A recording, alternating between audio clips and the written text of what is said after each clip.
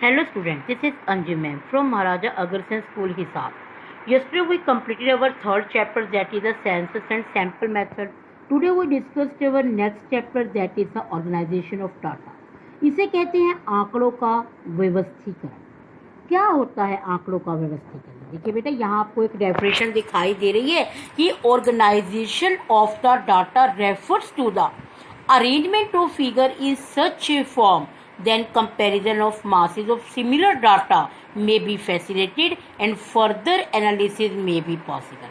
क्या मतलब होता है इसका मतलब होता है कि जो भी डाटा है ना, आप उसको इस तरीके से रिप्रेजेंट कीजिए कि वो सबकी समझ में आ जाए।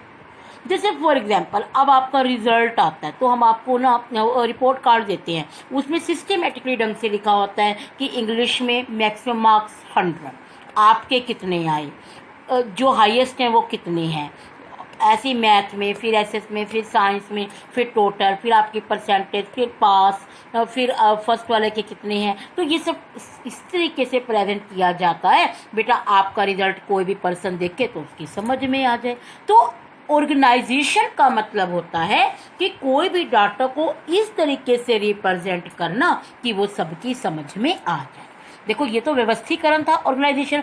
अब आता है क्लासिफिकेशन। क्या होता है क्लासिफिकेशन? होता है is the grouping of related fact into different class. मतलब कि जो सेम चीज है ना, उसको अलग अलग वर्ग बना दो।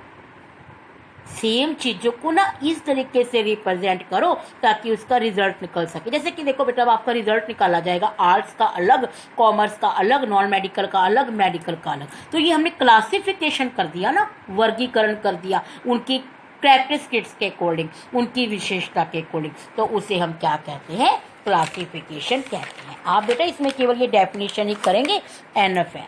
उसके बाद क्वेश्चन आता है बेटा कि क्लासिफिकेशन के ऑब्जेक्टिव क्या है, क्यों बना रहे हो, क्या जरूरत पड़ी आपको क्लासिफिकेशन करने की।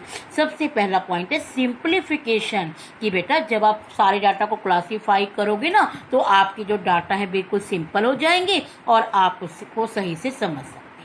यूटिलिटी का मतलब है वो आपके लिए और भी फायदेमंद होंगे, आपके लिए उसकी यूटिलिटी बढ़ जाएगी। डिस्टिंक्टनेस का मतलब होता है आप उससे डिफरेंस क्रिएट कर सकते हो, अंतर स्पष्ट कर सकते हो, उनको कंपेयर कर सकते हो आपस में, उनसे कोई ना कोई आप अपनी नई स्कीम बना सकते हो और वो आपको देखने में बड़े अट्रैक्टिव भी लगेंगे। तो आप कोई भी 4 पॉइंट कर लीजिए तो भी बहुत है। तो क्लासिफिकेशन के क्या ऑब्जेक्टिव है?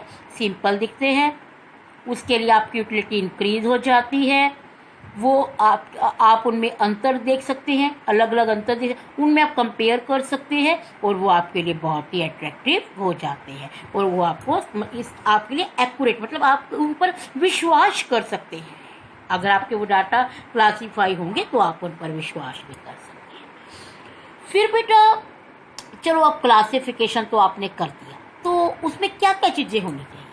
सबसे पहली बात है कॉम्प्रिहेंसिवनेस का मतलब होता है व्यापकता, कि उस समस्या के संबंध में एकत्रित किए गए आंकड़े किसी न किसी वर्ग में अवश्य आ जाए। मतलब ऐसा ना हो कि आपके कुछ डाटा तो वैसे ही रह जाएं, वो कहता है सभी में सभी डाटा आने चाहिए। जैसे कि देखो बेटा, अब हम ना आपका ये रिजल्ट बनाते हैं, above 90%, above 80%, above 70, above 60, above 50, उसके बाद पास मार्क्स, उसके बाद बिलो 33। तो हर एक बच्चा किसी ना किसी ग्रुप में तो आता ही है ना, टोटलिंग करेंगे तो सबका इक्वल आएगा और हर एक बच्चा किसी ना किसी में तो आएगा ना। तो इस तरीके से आपने व्यापक बनाने हैं कि कोई भी इकाई आपकी उससे बाहर ना रह जाए।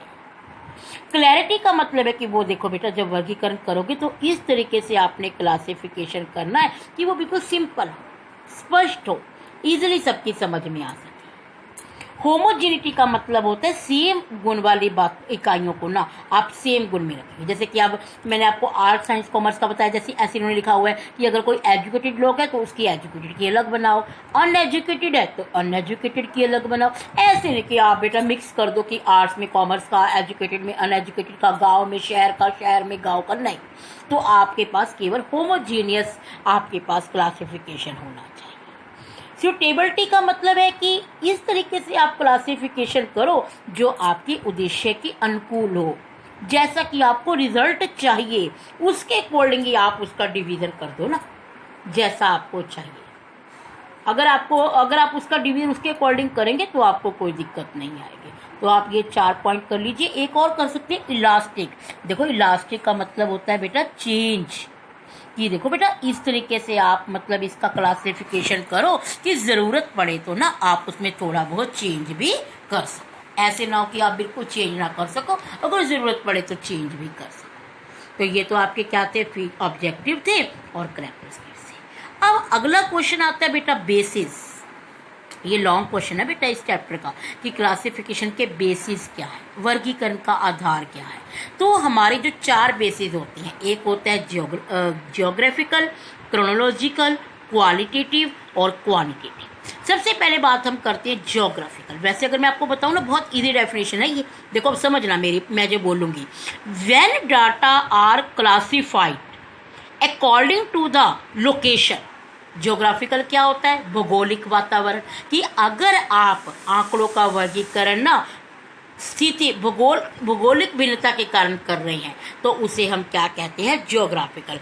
देखो ये हरियाणा में इतना है, पंजाब में इतना है, यूपी में इतना है, तो ये आपका स्थान के अकॉर्डिंग है ना। तो क्या बनी definition, when data are classified according to the places that is called the geographical classification. तो आप एक तो डेफिनेशन लिख सकती हैं, एक आप इसका एग्जाम्पल लिख दीजिए। अब अगला देखिए, अगला क्या है, क्रोनोलॉजिकल।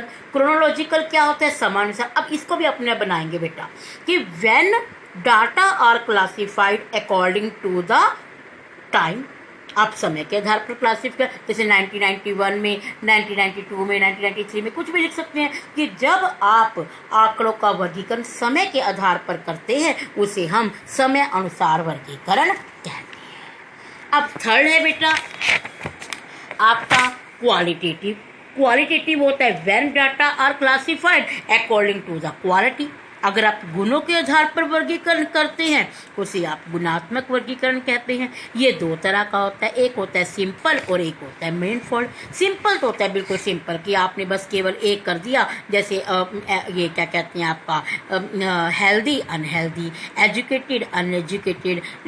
लेकिन मल्टीपल वर्गीकरण का मतलब होता है कि एक गुण नहीं, बहुत गुण है। जैसे ये देखना आप, अब स्किल्ड वर्कर है, अनस्किल्ड है। स्किल्ड में 2 तरह के हैं, एक है एजुकेटेड, एक है अनएजुकेटेड। फिर एजुकेटेड भी 2 तरह के हैं, एक है रूरल एरिया से, एक है आपके अर्बन एरिया से। तो इसमें कई गुण है ना, देखो इसमें केवल एक ही गुण था और इसमें आपके कई गुण हैं। तो क्वालिटेटिव क्या होता है, when data are classified according to the quality that is called the qualitative classification.